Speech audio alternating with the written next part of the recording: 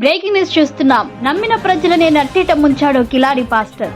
దేవుని సేవకని వచ్చి అమాయక ప్రజల ఆశనే పెట్టుబడిగా మార్చుకొని ఏకంగా 30 లక్షల రూపాయలతో ఉడాయించిన ఘటన కర్నూలు జిల్లా దేవనకొండ మండలం జిల్లల బుడకల గ్రామంలో కలకలం రేపుతుంది. వార్తా వివరాల్లోకి వెళ్తే, క్రీస్తు సంఘం పాస్టర్ కిషోర్ 6 నెలల క్రితం జిల్లల బుడకల గ్రామానికి పాస్టర్గా వచ్చాడు. విదేశాల నుండి భారీగా నిధులు వస్తున్నాయి, మనం ఇక్కడి నుండి కొంత నగదు పంపిస్తే ప్రతిగా కొన్ని కోట్ల రూపాయలు మన గ్రామానికి వస్తాయని గ్రామస్తులను నమ్మించాడు. పాస్టర్ మాటలు నమ్మిన అమాయక ప్రజలు తమ కష్టార్జితాన్ని సుమారు 30 లక్షల రూపాయల వరకు అతనికి అప్పగించారు. భారీ మొత్తం చేతికి అందగానే పాస్టర్ కిషోర్ ఎవరికీ చెప్పకుండా రాత్రికి రాత్రే గ్రామం నుండి పరారయ్యాడు.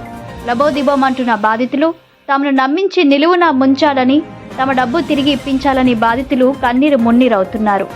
6 నెలల కాలంలోనే ఇంతటి భారీ స్కామ్కు పాల్పడటంతో గ్రామస్తులు విస్మయానికి గురవుతున్నారు. ప్రస్తుతం ఈ ఘటన స్థానికంగా పెను సంచలనంగా మారింది.